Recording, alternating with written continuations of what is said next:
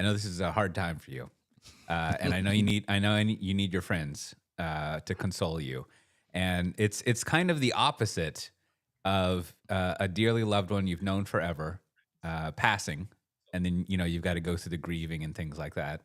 And it's more like you'd been waiting for a loved one forever. The loved one showed up, and then they were deceased, and somehow, even though you had only known them for a few years, the impact that had was greater than if you had known them for all of your life. And of course, I'm talking about, I don't know if it's confirmed or rumors, but it looks like Google might be selling their fiber off to a private equity firm. Oh no! No, I think it's confirmed. I mean, they are definitely in the mood doing it. So it is. I mean, for those playing at home, I think Google Fiber was announced to be in Austin, some in the order of like 15, 20 years ago. And after all that long period of time, it did make it to my house just this past year, only to be notified it's going to be sold to private equity and kind of, if you will, rolled up with several other fiber optic, carriers from around the United States. So is there any reason for optimism is too strong a word? Is there any reason that I can just believe maintenance, like just them delivering exactly what they're doing right now at the exact same price? Is it even reasonable to think that could last for any period of time, or is that crazy? Well, based off of all of our previous conversations of private equity, this is going to go well. That's what I think. There's just no, I mean, you hate to just immediately be like, well, this is not going to work, but you feel like for sure, you got to give them a shot, right? Right. They're counting on your inertia and not bothering to change carriers. That's their play, is like, we bought this Google property. I'm really shocked that they're not rebranding themselves as Google Fiber. I would think they were. Well, G Fiber is technically the term, and I think that would be see that would if be you can rename yourself from crappy whatever you are in the negotiations. If you can win or buy the trademark or the name G Fiber, I think that is worth a lot. That's a win. Yeah, I think. Yeah. I mean, because it will take a while for that brand to just be understood that it's really something else. And so, I mean, especially it's not even so much hide that. Inertia. It's just like I've already had Time Warner / Spectrum, and they never. I mean, they just frankly never offered high bandwidth. So it's more like I'm just trapped. It's not like I can go anywhere. So it's just so I immediately think for sure in the first 6 months a $10 price increase is like nothing. Like what's like? Of course they're going to do that. I mean, you can't even get mad at that. That's so like minutes of Claude. It's just like how quickly will it go from to like another $30 a month on top of what we're paying. So and then degradation of service. Who knows?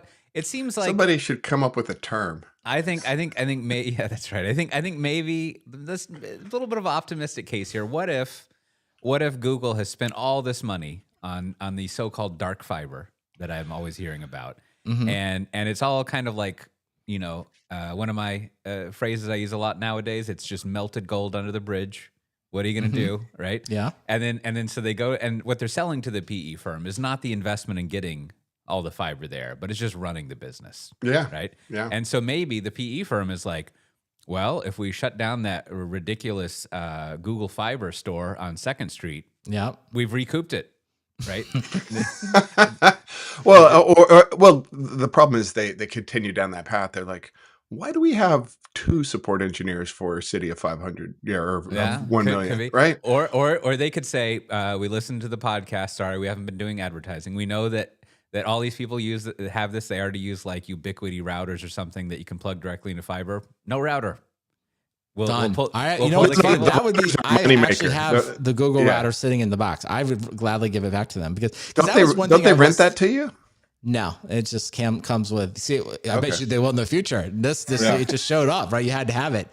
But where I was going there was like maybe there's just a good window here of say I don't know what the lifetime of network equipment is this year. Don't they say 3 to 5 years of depreciation? So it's just like this is fairly new install. So like. Really, for 3 to 5 years, I don't think they have to do anything. I don't know. I mean, I guess some network engineers could jump in here, but it's like, it's working perfectly. I've never even had to I guess they call it the OTC or the optical terminal connection. I've never done anything with it. Never even had to unplug it. It just works perfectly. So it's like probably 3 to 5 years. kind of lights out. There's like nothing to do. Like, you just have to, I guess something breaks, you have to replace it. But then I guess post fifth year, we're like, yeah, this router or this optical network equipment needs to be replaced. That's probably the moment where I'm just like, yeah, they're not. How do you know though? Yeah, I mean, you got me thinking like, how old is some of my equipment? And like, I think I'm on probably 8 or 9 years on my wireless router. And but it was like, top notch when I got it. Yeah, so, and I'm not having problems with it. I just worry like, am I missing out? Well, I think we sort of walk through. It's like, FOMO.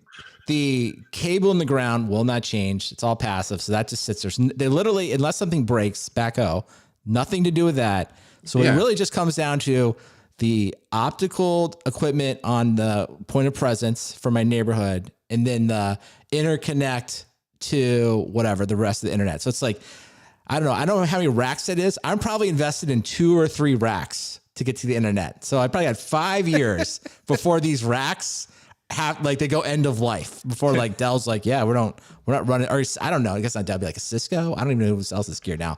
Juniper, something like that. And it's like, so that's my window. And so between now and then I need AT&T or somebody else to dig another fiber out here. That way there would be some competition. That's what I'm hoping for. Yeah, that's not happening. Yeah, and I guess it's going wireless. Yeah, I guess in a few years you're going to be, if your internet goes down, you're going to have to walk to the end of the block and just kind of kick the box down there, and kind of tap it on the top and see if the cable. Well, you'll send your Optimus robot to do it. That's right. That's true. That's true. But maybe I just need to make friends with the network engineers. Like, hey, why don't we do like a little tour of the point of presence here in the Northwest Austin area? Let's just take a look around. Hey, how's this equipment looking? You guys, are we thinking about upgrading anytime soon? We need a little extra money. Like maybe we. Yeah. How do we just keep this how do we keep this nice and shiny? What can I do? What is it going to take for me to get you into a new Power Edge? Yeah, I mean, let's you know what? Let's go see our friends at Cisco. They're just like, why don't we just see what discounts they got going? Let's just get it upgraded. Well, I think either one of 3 things is going to happen, Brandon. Well, let me add a fourth. The fourth being that it'll be fine. The other 3, I think one. You're gonna have to get space internet sometime in the future. Oh my gosh! Okay, we'll see how that goes. I think 2.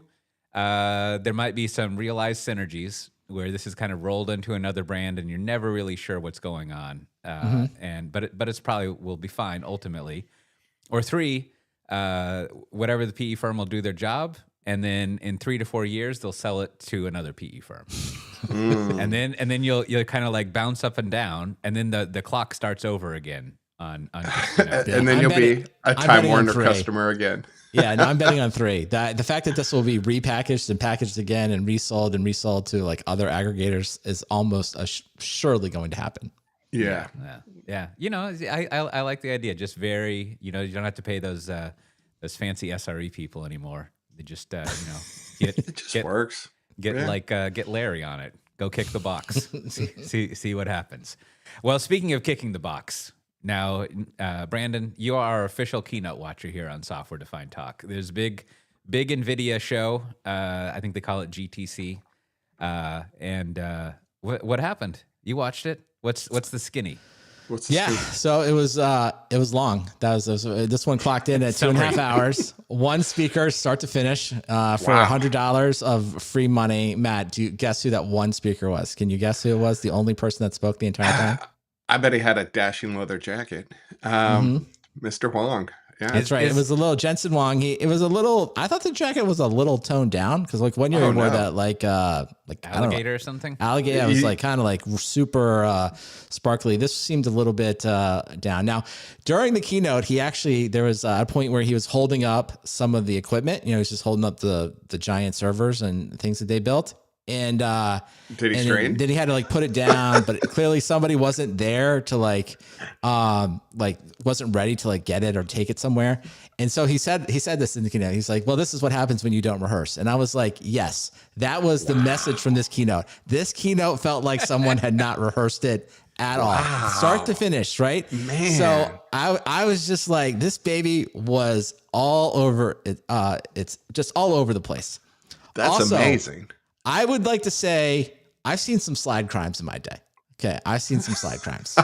But there was a slide that I'll try to put a picture of it in the chapter art, that he even said, he said, everyone told me not to show this slide, but this is what we're going to be going through. And it is like a spider web of boxes and lines. I mean, it's almost like a circuit diagram of craziness, right? Is it the financing of the AI? I don't even know. And I guess somehow all of that stuff, he's like, this is how I think of it. You know, I know it's complicated, but we're going to go through this whole thing. And I thought to myself, like, this was the true measure of like wealth and success, right? When you're like, everyone has told you not to do something and you're like, I'm going to do it anyway, because I believe that I'm right. I'm like, you have entered this like next level of billionaire. Cause it was just nuts. The slide was nuts. And I want to offer up as we'll go through some of the things that he kind of mentioned, but I want to offer a very simple view of NVIDIA, and I want you guys to push back on it, because this is how, like, if I was telling the NVIDIA story, this is how I would say it works, right? NVIDIA sells token machines. That's what they sell, right? Yep. Okay, and The you start best with token like, machines.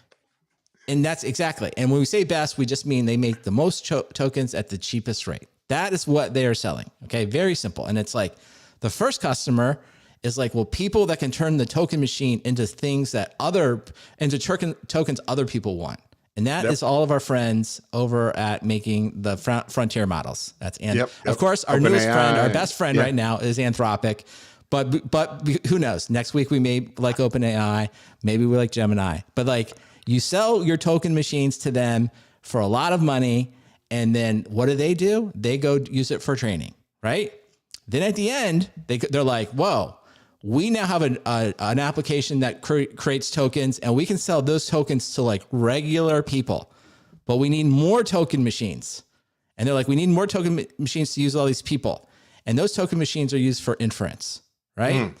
Okay. All right. Is everyone following my incredibly complicated story here, right? Token machine. So the message for this entire keynote is simple as this. It's like, we have existing token machines that are very good. We're building new token machines. And then there's like a lot of complicated math and circuitry and architecture stuff that frankly is kind of interesting, but like, I don't know. It's a little bit hard. I don't think that goes in the keynote. I'm just throwing that out there. It's a little bit beyond my depth. Like, I don't know. And then there's like a lot of code names, a ton of code names, Blackwell, this, that. And they're all like going to be better token machines. And basically you just nod along. You're like, that's good. I think we need better. Like, I know people that want new token machines and better token machines. More tokens. And then at the end, you just say, and like, we think we're going to be selling the best token machines for like forever.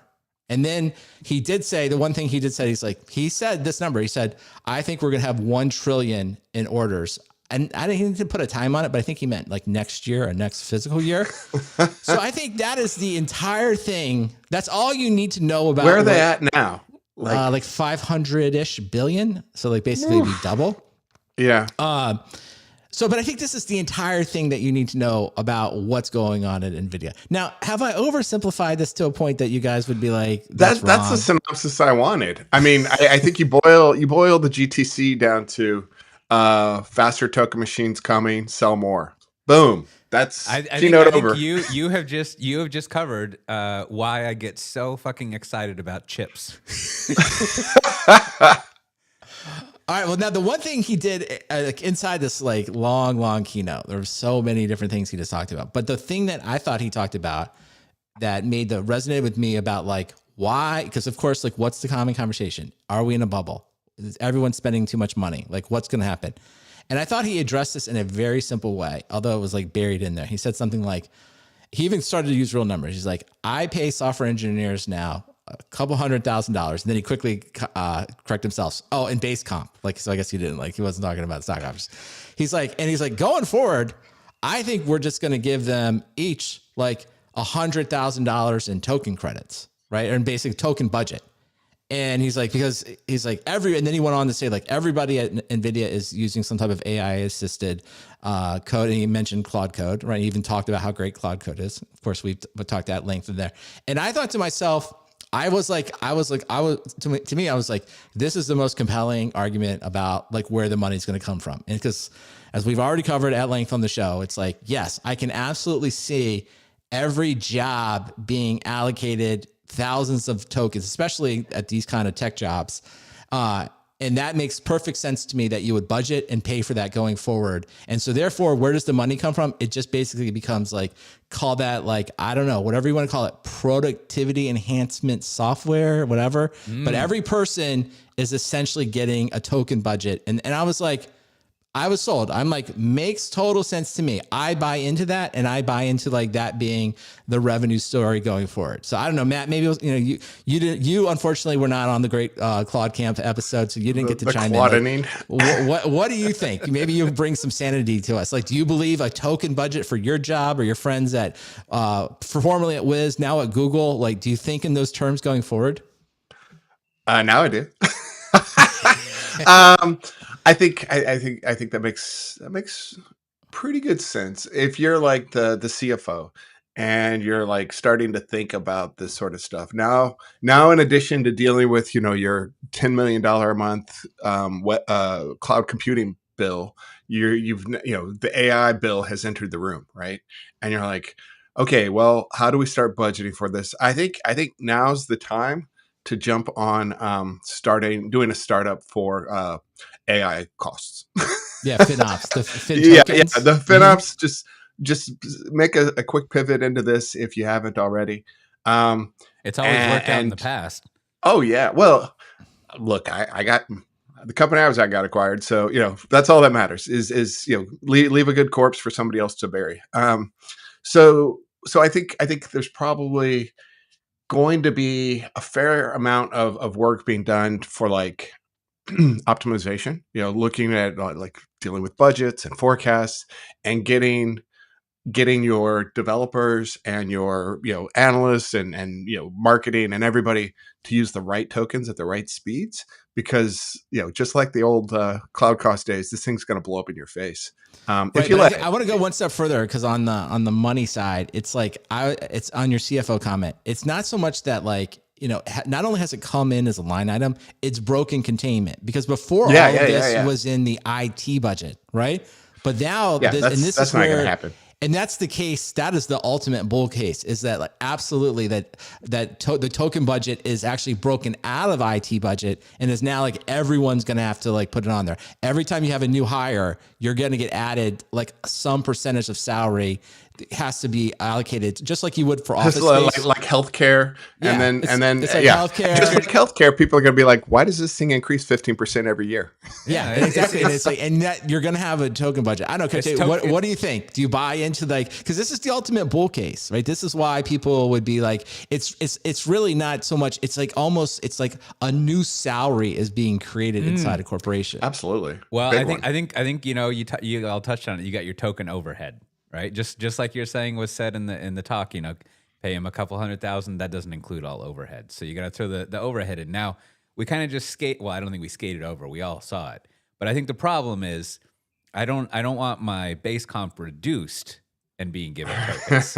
I just need the tokens. Now you could also negotiate, and by you could negotiate, I mean we're talking about the U.S., so not negotiate, not going to be an option. You can be told. Right. But so one could imagine that you go towards, I think, what we used to call the Hollywood model, where it's like you're basically doing what do they call it? Make work. Like you're being hired to deliver something, and they're going to pay you $100,000, and then they're also going to give you $100,000 token budget, and then there's just a little hole in the wall that you stick a USB stick through or whatever, right? to do hand the work off to them. You're not an official employee or whatever. Like. Maybe, right? Because I know Brandon's thinking now, I could have 3 jobs with $100,000 in tokens a year. No problem, right? And so like, if the conversation is like, you're going to move that off, then sure. Or, you could say like, okay, well, if I don't need to be in an office and you don't care how long I work and you cut my pay in half, but then give me 100,000 tokens, maybe? Right? Then like, sure. Well, I just need to, what do managers do all day? Like, I don't know. I need 8 hours a week, and I'll just tell these little agents to go do stuff and consume the tokens, and here's your USB stick. But like the whole, reducing someone's pay seems a little not cool, I guess. But then again, from an executive standpoint, I guess it would be. I mean, not all executives are like this, but the some of them, they would say like, wouldn't it be cool if there was no overhead and the employees paid for that by reducing their pay? I mean, sure, we would all love that. Like, not we. So it's going to be like, hey, we're already giving you, $130 a month for your internet, so you can work from home. Here's $100 for your Claude. But I think the let's say the nicer version of this thinking, sure, you're gonna need people are gonna need tokens. Like I was at as long, even short-term listeners probably know, I was at a VMUG today, the VMUG Connect Amsterdam, and I was one of the I think the point I was trying to make in the talk is like, you've got all these people who aren't programmers or tech people, like normies, and they're gonna log into like Cowork or Copilot brought to you by Anthropic, and they're just going to be sitting there all day like a programmer, just like chewing through tokens and doing stuff. Because as we talked at Link last week, like once you start doing it, you're like, oh, right. And I think I even went over this last week, and it's just like being the executive who doesn't know how to use a mouse or a keyboard. And now you're that executive, everyone in the company, right? And so yeah, I mean, I could totally see you're going to need a token budget. Well, I think the question, and so the question going forward, and I think this is the question that's like openly debated in society. It's sort of like, take everyone at their current salary. Like, do I pay everyone their current salary and then add a token budget? And do I get, like, how much X productivity do I get out of that?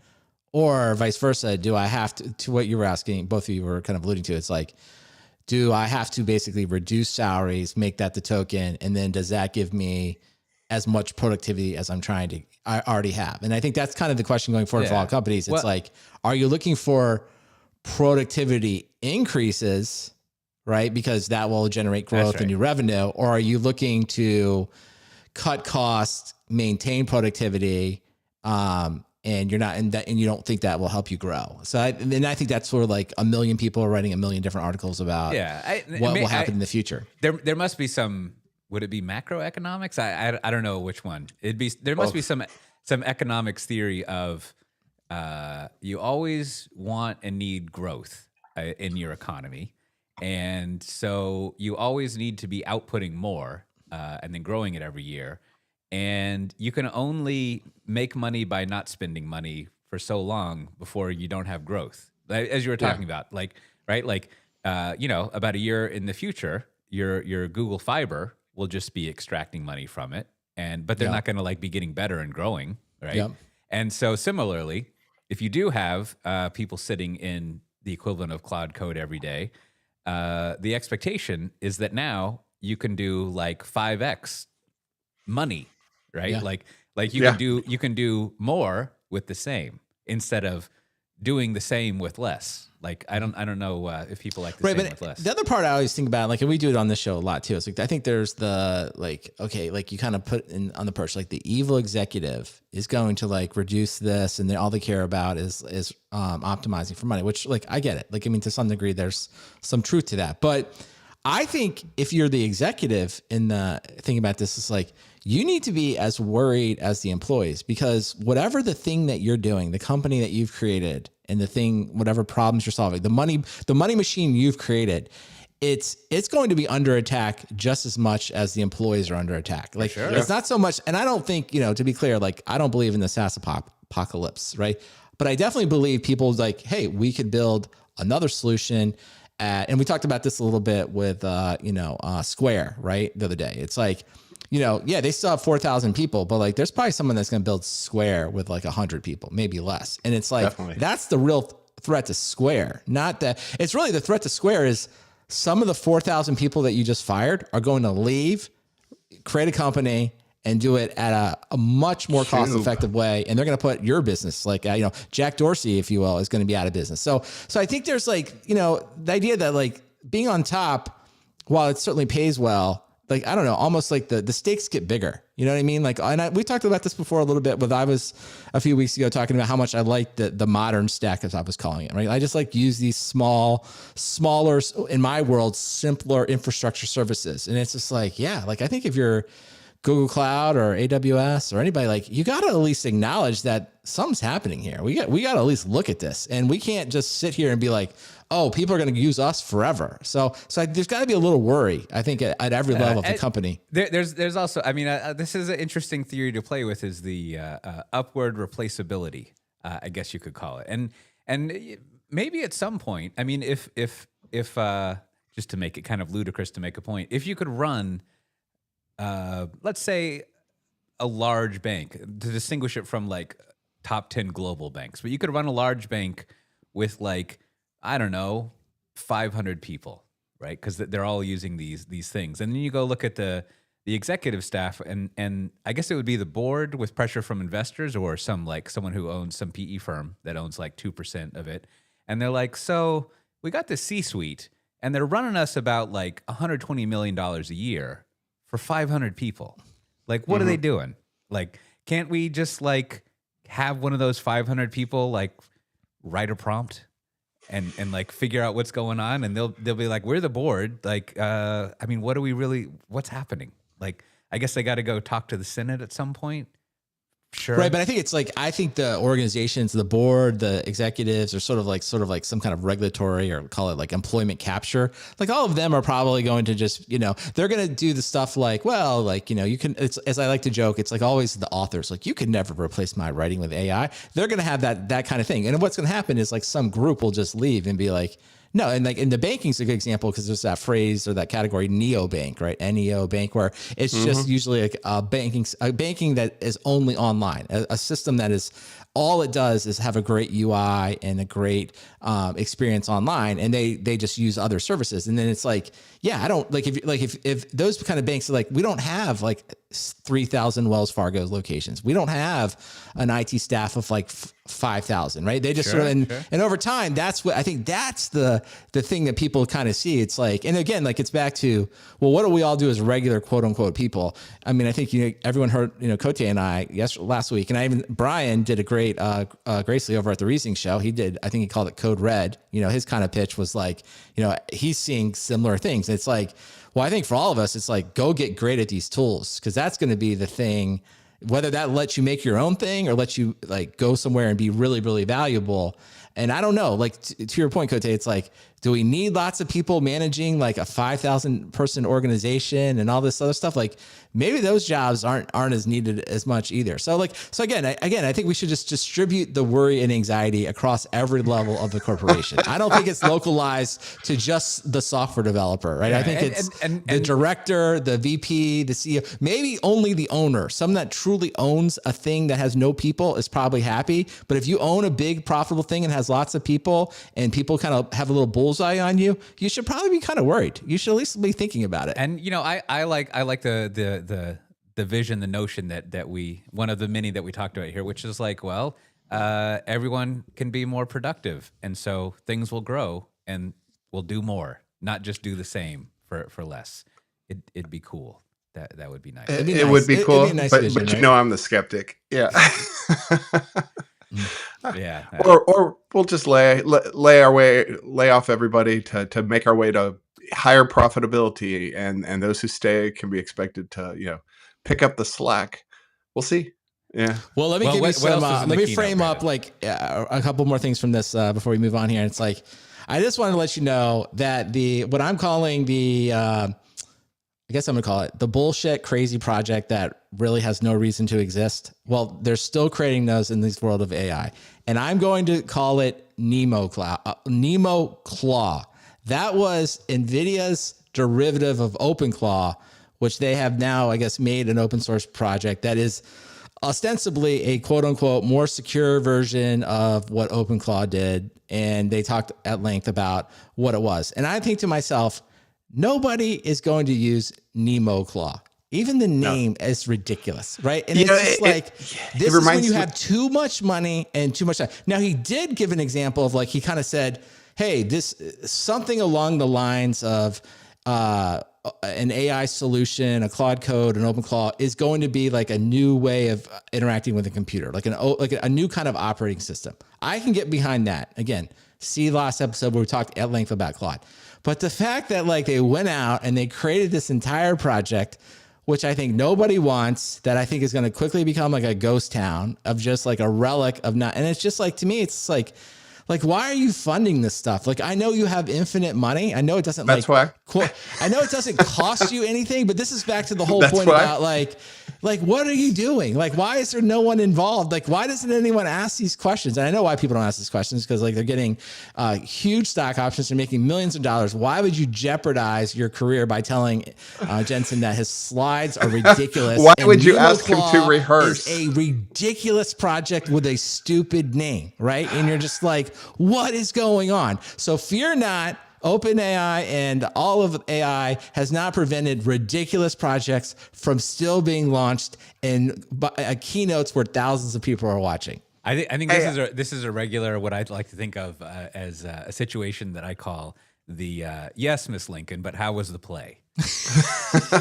but this is yeah. I mean, it reminds me of like Clear Linux when Intel came out with their own flavor of Linux. It's like, okay, sure, whatever. And the world kind of kept moving forward. Am I like, having selective amnesia? I mean, I was kind of busy in the last week and had some PTO, but didn't they say they were going to start their own frontier models? They do. Those are open source. That's still happening. Okay, yeah, nothing's changed there. So if you listen to the Ben Thompson interview with Jensen Huang, so he interviewed him right after, so that was kind of fun to listen to. And he just, that one I kind of get it. I don't, the pitch there, I guess, is like, hey, we want there to be open source frontier models, and sort of like unsure if people are going to keep doing that, so we're going to make them. And the thought was like, and it also, if you will, keeps NVIDIA close to like understanding what it takes to make one of these models. But Jensen has like he said point blank, he said something like, they're a systems company. We're not a solutions company. They're not going to try to build something there. So that one, I was sort of more like, fine, if you need a good proof of concept and you need to like build your own frontier models, like, I'm fine with that. I'm okay with it. And then really don't even talk about it much in the keynote. That was sort of glossed over. That's what I was getting at. NemoClaw got a long discussion point, and I was like, this is stupid. This is ridiculous. Like, if people want this, they have OpenClaw. In fact, see another interview, just pitching the Reasoning Show. They have a great interview with, I think her name is Sally. She's a committer now to OpenClaw. So like, go listen to that show. Go work with Sally. Like, if you want that, like, there's already plenty of people doing stuff. And frankly, I think, I'm not to be too down on OpenClaw, but I'm like, I think most of these features are going to be subsumed by Claude Code, Codex, Gemini. Like, it really is. It's like, it's the place of great ideas. And I think it's fine. Those ideas should be incorporated in the commercial solutions. That's what we want. Everyone wants that. So why NemoClaw? I don't know. Well, then of course at the end, and this is how the keynote ended. Olaf, from the snowman. So Olaf came out because there was a whole section on robotics. So a robot Olaf came out and was like kind of like talking to Jensen, and Jensen said something like, he said like, won't this be great? He said, can you imagine like a bunch of these at like Disney World and walking around? I was like, I don't know, man. I think just the human characters are fine. I think the kids don't really. I was like, I think it works. Like, I really think it's like, I think the kids are kind of fine with like the real people. And also too, it's you kind of don't like, I'm the king of like, let's not worry so much about AI going wrong. So when I say this, I'm like, I don't know. The kids, the robot, like, why don't we just have a regular college kid running around in the costume? The kids like it works fine. Kids. What's the robot gonna do when you pull his tail, man? I mean, I'm an aficionado. Many questions like that, and I was just like, really? And he's closing the keynote with this, and I'm like, I don't know, man. It seems like you're just selling token machines. Like, I don't think we need Olaf here. I really don't. I mean, I like the Disney movie. I'm not criticizing it. Olaf is fine, but it seemed out of place to me. All right. Well, I think we've got a good framing for events like this. Is it's just you're either selling token machines or you're selling things that use token machines. And we can kind of like look at future AI related announcements in the industry through this lens. I think it'll work. Absolutely. Well, that's what we should do.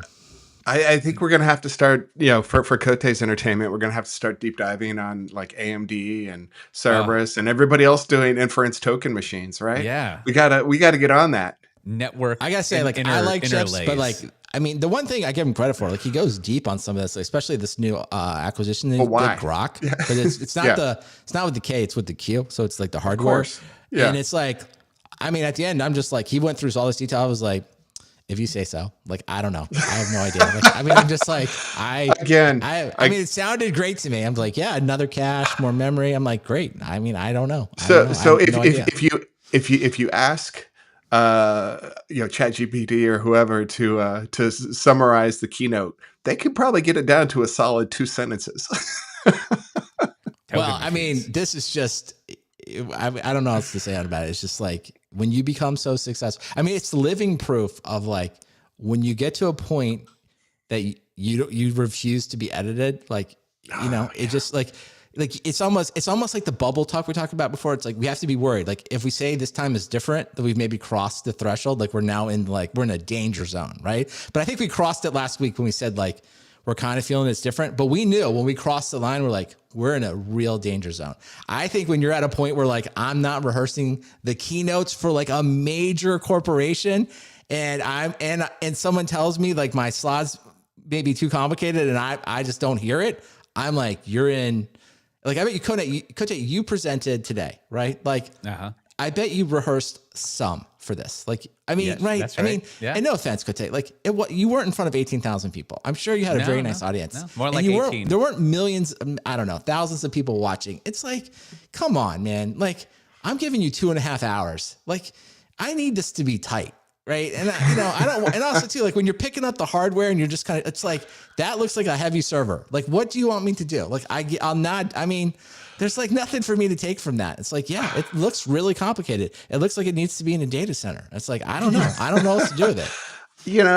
If he really didn't care, he would have tossed it. He would have yeeted that thing over his shoulder. That's where I thought you were going to go. Expensive, whatever. That's what I was hoping. I was like, I will tune in for that. As I was listening to the story, that's what I was thinking is happening. Is he would just like let it fall down on the ground and be like, "Oh, that's why you rehearse," and everyone would be like, "Oh." Well, he did say, I don't know who was picking up. Destroys $300,000 machine. It was funny though. That could be the new thing, like destroying a guitar. He's like a billionaire version of Gallagher. All hardware executives have to destroy a server on stage. I don't know who it was. I know several people in the Slack were at the show, so maybe someone will post and tell me what happened. But like, because the way it was framed, the server went off stage, but it was clearly someone was having to move it. But it's obviously heavy, and so he kind of paused. He was like, he kind of looked over, like he's like, do you got it? You have it? And he was like, don't hurt yourself. And I was like, what? I was like, what? I was like, what is going on? It's Jensen Huang like a man of steel. He wears that big leather coat, so you can't see that he's actually getting like an Iron Man suit. I don't know. Like also too, like I don't know if the person had like a bad angle at it. So I was like, what are we doing here? Like we're carrying around a server in front. I mean, come on, we got a robot Olaf. We got someone like dropping a server. We got these crazy slides, and we're just talking about token machines. This could be 30 minutes. We could be in and out. I think when you put it like that, there's some good absurdity there. Now here's a highly related thing. I think I was kind of watching this this kind of play out over the past maybe 2 weeks or so. But Brandon, you've done a good job of rounding up the tale of what's up with AI at Amazon.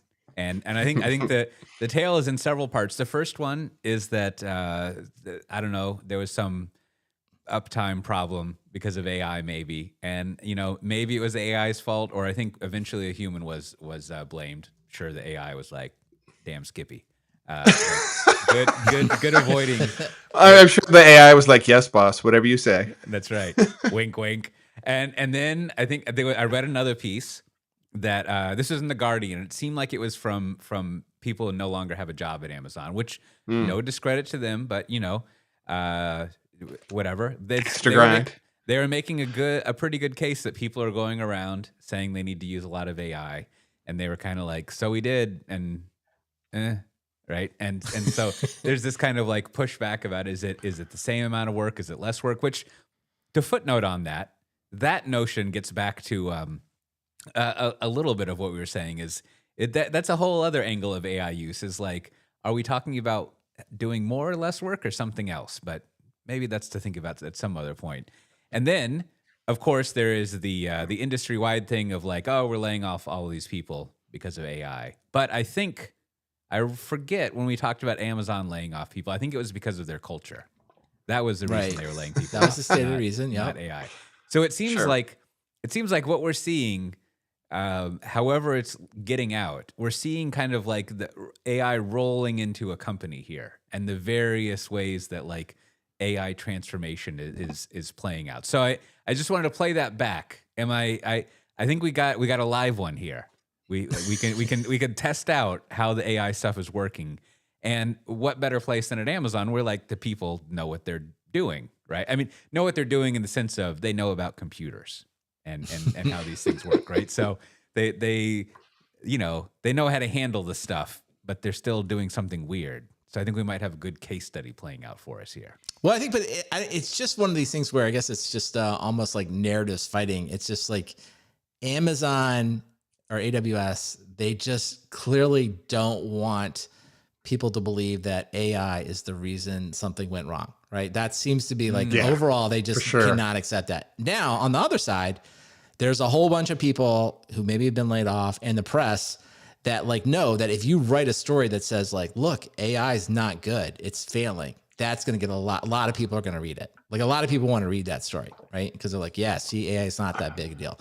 And so I just think it's like the answer, like, I mean, it's just boring. The answer is just both. It's like, this first one, they say like, I guess the report is like an AI coding assistant triggered a production shutdown in China. Amazon blamed user error and misconfigured access, essentially throwing the engineer under the bus, right? So it's like, but I think both of these can be true. It's like, yeah, they used AI. The person like, either didn't check it or it was wrong, or they did check it and they thought it was right and they made, and they took something down. But like to me, this is just the world of IT. It's like, fine. Okay, fine. Like, what if it had just been the AI making a mistake? It's like, well, that happens all the time. Like, we used to just call them algorithms, right? We used to just be like, it used to be hard-coded rules, right? Where, Matt could talk about this, some hard-coded rule in your config management system that was wrong. It's not AI, but it was just like, turns out somebody put like the wild card instead of the one server, and it rolled out to like every server in production. And it's like that mistake has been made like a million times. A million times for sure. So it's like, to me, it just doesn't matter. It does, and I also don't think like Amazon is not wrong for embracing AI. It is not wrong that people make mistakes and AI is going to make mistakes. So it's like, it's just like the narrative. It's narrative fighting. We just can't have one narrative win out over another. And that seems to be why like it's kind of triggered Amazon, and Corey Quinn, as on right on cue, he's got the post out kind of like pointing that out. It's like, look, you guys are just sort of like making too big a deal out of this and you're kind of looking foolish. And it's like, well, it's a good post. I like the de-escalation because it reminds me, I think of an ongoing position we've been building up over the years, which is just like, the internet goes down every now and then. Why is this news? Right. Like just like stuff happens, and that's why we have God people forbid. to fix I hate to even say this, but like, the blameless postmortem. Do I have to be the one that can be like, hey, we don't always have to be so mean to the AI? It wasn't Gemini's fault. It wasn't Claude. Like they were just doing what they were told. They believed they had a good heart. They went in with an open idea. They didn't mean to do it. We don't have to blame them. They're going to learn. We're going to rewrite the prompt. They won't do it again unless we restart the session. They may forget. So we got to somebody update the Claude MD or the agents.md file. Make sure they don't forget about this. And it's like, okay, it happens, man. It's fine. It's no big deal. Another good angle. You're like, we all know that the AI's soul.md is good. Everything's cool. Trying to do the best. He's got nothing but your best intentions. They want to do what you tell them. They do. Listen, I've been there just this morning. I asked it to do something and went off for 30 minutes and wasted all my Claude tokens. And I was very mad at it. And I had to tell it, we're never doing that again. I was like, no more than 2 minutes. No more than 2 minutes. Do you see how many thousands of tokens you cost me? And it said, it understood. We worked together. We rewrote the prompt, and then we both sat in the penalty box until our session reloaded. That's what we had to do. That we both of us got a timeout. I was to blame, and it was to blame. It's like, we cannot talk for 3 hours and 10 minutes until the session starts. And I was about to say, and then at exactly when it comes back, it's got a lot more work for you to review. Yeah, it's like, we got stuff to do. Just YOLO it. It works fine. Now, we're friends again. Now let's get back to work. No more of that. And that was a pretty good couples therapy that you had there. Yeah, that's right. Every now and then, if you run out of your Claude stuff, you can invite, old man Chat GPT in there and do. Well, that's what I did. I actually did. I've now. Oh, nobody's got time for that guy. I've installed Codex and Gemini because I'm like, well, friends have to have friends. Like when your other friends aren't available, you gotta use them. And nothing I love better than my favorite thing now is pitting them against each other. Like you have Codex review the code and come out with a list of recommendations, and you give it to Claude, and it's like, That's not, it literally, it was like today, it was like, we don't need to upgrade the logging system. And it even kind of told me, it's like, at the current usage of this product, it sounded like an engineer. It's the current usage of this product. We don't have this problem. We need users. I was like, yeah, it's a good point. I guess we won't work on that now. Everyone's a mid high level manager now. Yeah, I was like, fair enough. We'll work on other things now. So. Well, but before we get to the end of the show, Matt Ray was out last week. I believe you were in Las Vegas. Is that right? Yeah. I haven't been, like, you don't need to do a whole door to whatever, but like what's up with Las Vegas nowadays? Anything interesting going on there? Did you see the big ball that they have? I did. I went to the Sphere. They put Wiz up on the side of it for our party. They were like, "Welcome, wizards." So that was all fun. And then saw the Wizard of Oz, of course, because Wiz. Well, give us a quick. Was it as good as people have been saying that the thing is awesome? The Sphere is awesome. The Sphere is very impressive. I gave it away. The answer is no. Go on. Brandon, I'm a hater. I know but I thought this was, Wizard of Oz, a classic movie, a big picture. I thought you'd like it. Oh my gosh. You're winding me up now. So, I went with a couple of Aussie coworkers who I think they'd already been at the bar by the time we went to the movie. And well, they are Australian. That and checks out culturally, can confirm. Go on. And I don't think they'd ever seen the Wizard of Oz. Interesting. So we grab a couple more drinks and go up. And if the Sphere is it's like a giant IMAX. It's like a giant IMAX. It's not 360. It's still like peripheral, 180, I guess, or 200. It's floor to ceiling. And so they took the original Wizard of Oz, they upscaled it to 8K or something, and filled in all the frames that everything that wasn't on screen and made up stuff. But as anybody who's like consumed enough AI generated material, you start to see crap, and it really was disappointing for as hyped as they had made it, that I was picking things out. Like things would be in focus and then they'd like pop out and get a motion blur on them. And it was kind of jarring. And you'd see like background characters who, they'd been AI generated some faces because they'd been out of focus before and they're staring at the camera. It's just like, what the hell? Right. And then, oh yeah. Just weird things like popping in and out of focus. It was weird. Shadows were off on stuff that they had AI generated. I was like, did you guys not have like quality control? I'm just nitpicking. It was very, very impressive. Like some of the stuff was really cool. Like the new, the tornado. I was like, there was no way it was this cool in the original, right? And then the theater has like some blowers and some leaves fall from the sky, and so it's like the room is and when they're having the apples, some stuffed apples fall, so it's like it's kind of cool for that kind of stuff. But as I'm with my coworkers, one of them is he's like, what the fuck? He's just like, what is going on? Because it starts out and then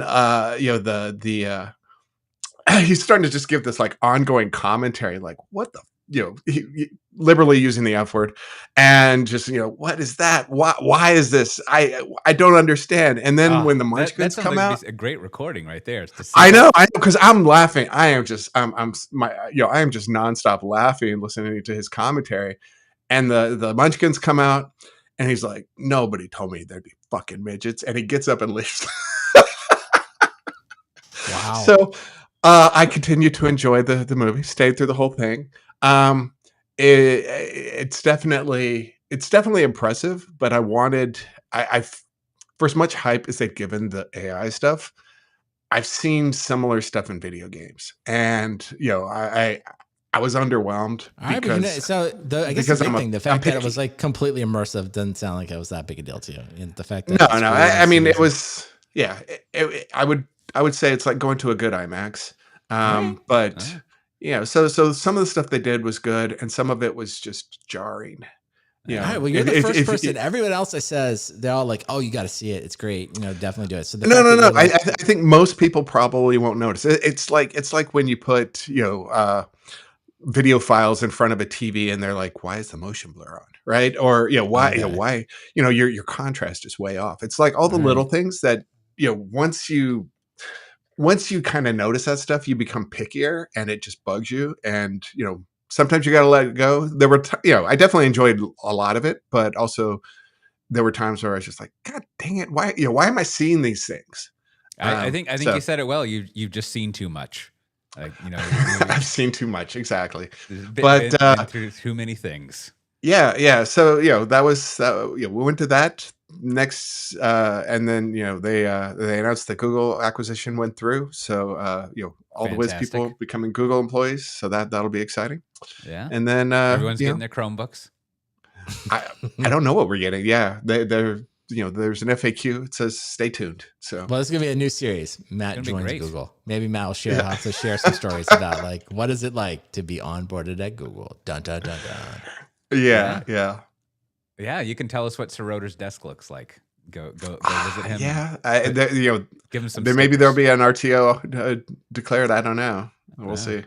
Fun stuff. Well, I can tell, Brandon, you were a little disappointed because you were thinking the sphere is universal. I need to know everyone likes it because one day I want to go there and have apples fall on me. But even though there's one person who doesn't like the sphere, Brandon, there is something that everyone likes, and that's bureaucracy. And do we have any this episode? We do. I want to thank Rob doing a little QA for us. He flagged an issue with a website, my Failover Media, and he said, there's a little issue. So he wrote in a quick fix by my good friend Claude. They fixed it. It was patched immediately. So appreciate Rob pointing it out and making it easy. Also, Jason J, one of our fun people in the Slack, he just wrote this and I loved it. It says, quote, "Is Claude Code essentially the Emacs we always wanted?" End quote. I'm like, yes. That encapsulates what I was thinking. Pretty much.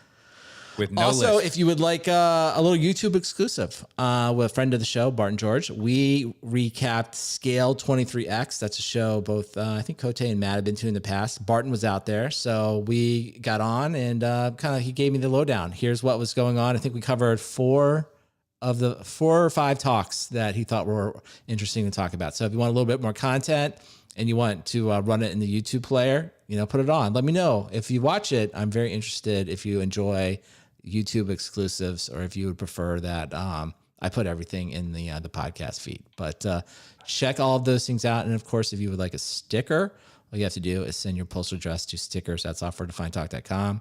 Happy to send you a sticker anywhere in the world.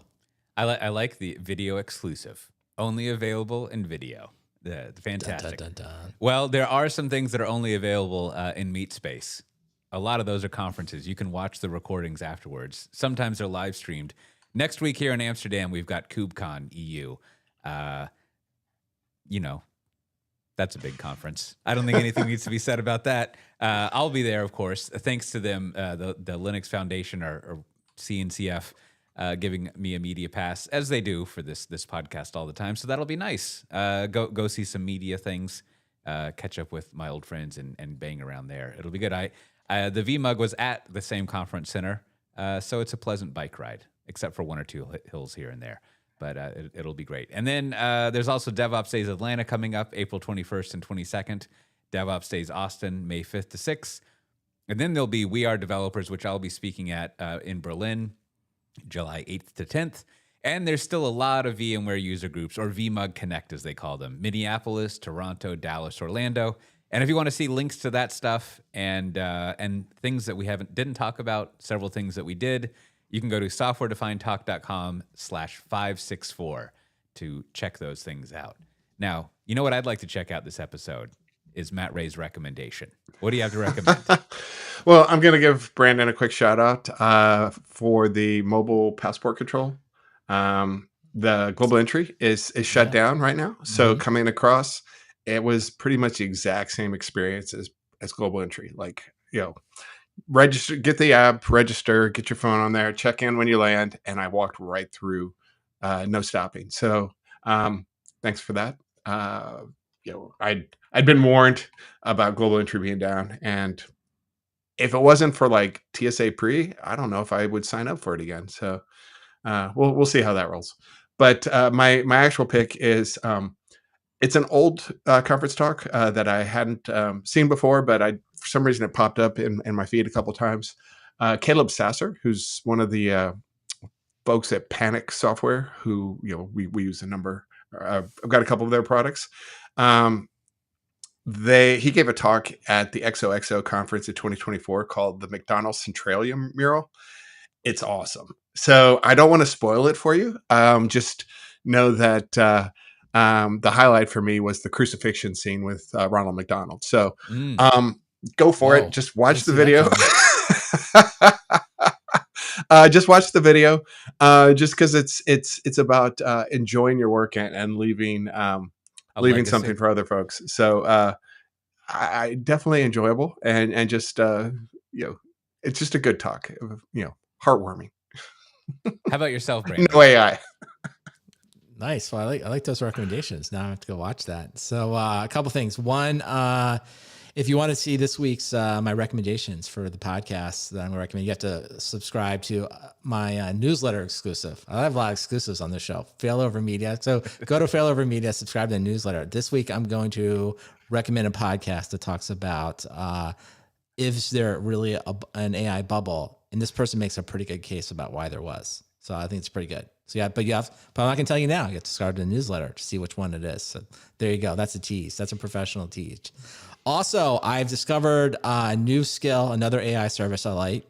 I guess it's made by Matt because it's made by Google. So I guess Matt, you can claim that you do everything there. It's called Stitch, and it's designed with AI. So you can go in there and basically, give it either a description or you can give it screenshots of what you've been designing, and it can basically design full-on mock-ups of new versions. It's awesome. So if you like to see how I use it, you can download my Milestone app. We're now up to 3 releases of tracking birthdays and anniversaries. My quest to build the greatest utility-based birthday thing. It gave me a lot of different ideas, and I implemented some of the designs in there. And when I say of course, my friend Claude Code did it. So if you want to see, you can almost follow along as this app gets, if you will, more professionally designed by AI. And next week we'll have another release. Can you have Claude cyberstalk people to come up with gift recommendations? Could be a new feature. It could be another feature of Milestone. I haven't quite gotten there yet, but we do support. And you get the affiliates fees. Oh, I like it. Potentially. We may potentially get there, but check it out. So that's a fun, free app, doesn't track.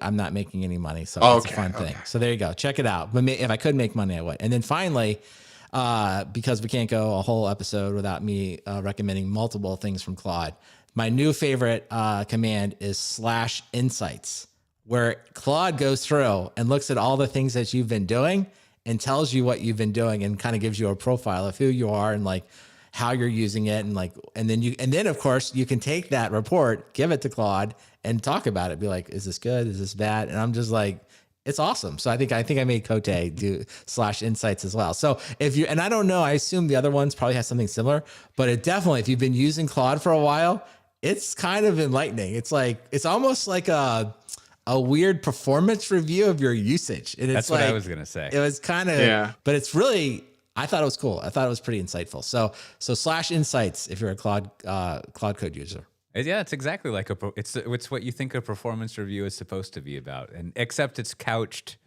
very gently. Instead of areas for improvement, it's just sort of like, I don't even know what they call it, but yeah, it's like, review. Could you use more tokens, please? Feed me. Exactly. Feed me, Seymour. It is. Yeah. You can almost decode the meanings behind it, and they're like, "Ooh, what about this? What about that?" But someone was like, "No. We're telling them new things they could be using that will make them have more fun. So it'll be fun. More tokens. Yeah. Well, it's been talked about and recommended many times on this episode, this podcast, I'm sure.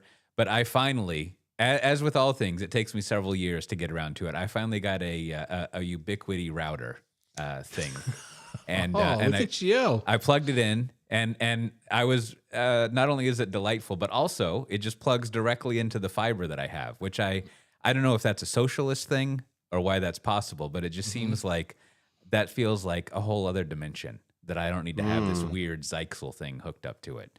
And it's fun. It has an API. Things bounce around. It doesn't look like dog shit when you go into the UI. It's got all sorts of stuff. So, I have is it a UDR7? Does that sound right? Do you have the Dream Machine? What do you have? What model do you have? A Dream Machine. There you go. Yeah, that sounds like what you have. Yeah, it's fun. It's got like, it's even got some big, you get a TV or stereo equipment, and there's always like that one port that's glowing red that you're supposed to put like, a devil's finger in or something. It's got a port like that for like some really fast internet that doesn't look right. And so now I've got like some bizarre devil port in my house, which is fun. I like it. Well, welcome to the Ubiquity family, Cote. You're here with the rest of us now. Many of us. Not me. And then is now what am I getting wrong here, Matt Ray? Or is it just because I don't know. Yeah, equipment? I'm not a Ubiquity user. I don't. I feel like there's a cult I haven't here. had I don't quite. Yeah, and I think maybe that's why I'm not a user. I don't know. I think I just I think I went with like the Wirecutter recommendation like 7 years ago, and I never looked back. Yeah, like maybe it's time for me to look back, but I don't know. I'm like the TP-Link 3709C or something like that. Yeah, I don't know. I don't know. Yeah. Well, I got some little power over Ethernet access points, little things. Yeah. And then of course the way that I'm an optimistic IT person, and I'm like this will probably work. But now tomorrow I have the actual. I'm all in, just like with Apple. I've got some Ubiquity hub that powers up your Ethernet, so these things will actually work, and instead of my shitty Ethernet. And but it's speaking of, it's great. You go ask I've got these Orbi routers that I think are older than my 16-year-old son, and you go and ask the AIs, what can I do with these Orbi routers? And it's almost as good as the Ted Lasso joke, where they're like, there's something really good you can do with them, and that's put them straight in the trash. You can recycle them, Cote. Well, yes, that's true. You can recycle them. It's like trash plus. Yeah. I mean, I asked it all sorts of questions. I was like, can I do it with this and do it with that? And it'll be like, honestly, trash them. They're like, give it to Matt Ray. He'll do something with them. Yeah. His home for broken hardware. Yeah. Well, I know it's early at Matt Ray's home for broken hardware, and all the hardware's starting to wake up. It kind of knows what the weather's going to be because it's feeling in those little metal screws, feeling kind of achy and everything. So it's you've listened to another great episode of Software Defined Talk. I think this is the token machine episode. Hopefully, we'll frame it up for next time. But if you've enjoyed these tokens, or your token machine has enjoyed these meat tokens, you can check out more of what we have. Join a Slack channel, all sorts of stuff going on there. But if you go to softwaredefinedtalk.com/564, you can subscribe, watch those videos, and watch all the non-exclusive content that is available, video and audio, in multiple places. See everyone next time. Bye-bye. Bye. All right, good episode. As we close out, Cote, we'll just ask you one quick question. It sounds like there are going to be 13,000 people at the CNCF meeting, or wow.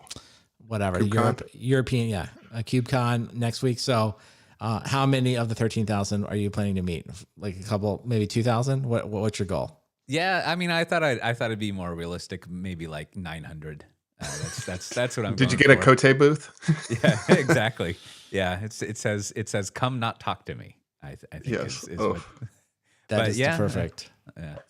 Well, I've been getting questions from people about like which parties and things are you going to, and I was like, oh right, there's like you're stuff. Like, I'm not. Yeah, thankfully we have a podcast recording on Wednesday, so I just have to be like, got to record a podcast. It's important to give me a pass for this, so got to go. All right. Well, I guess if you made it this far and you find Cote at KubeCon, go talk to him. During the day. Introduce yourself, and I was going to say he'll give you a sticker, but he doesn't actually have any stickers. I've got stickers. Do you have? Okay. Stickers. Yeah, find him and make him give you a sticker. That's your mission. So, all right. Well, based on what Cote just said, we're going to record next week, but it's going to be 1 hour later. So wherever you are, that's going to be 1 hour later. So if you're like Matt, you get to sleep in for an extra hour. And if you're like Cote, you get to stay up for an extra hour. If you're like me, nothing really happens. So, you have to decide. With that, we want to thank everyone for watching, and we will talk to you next time. Bye.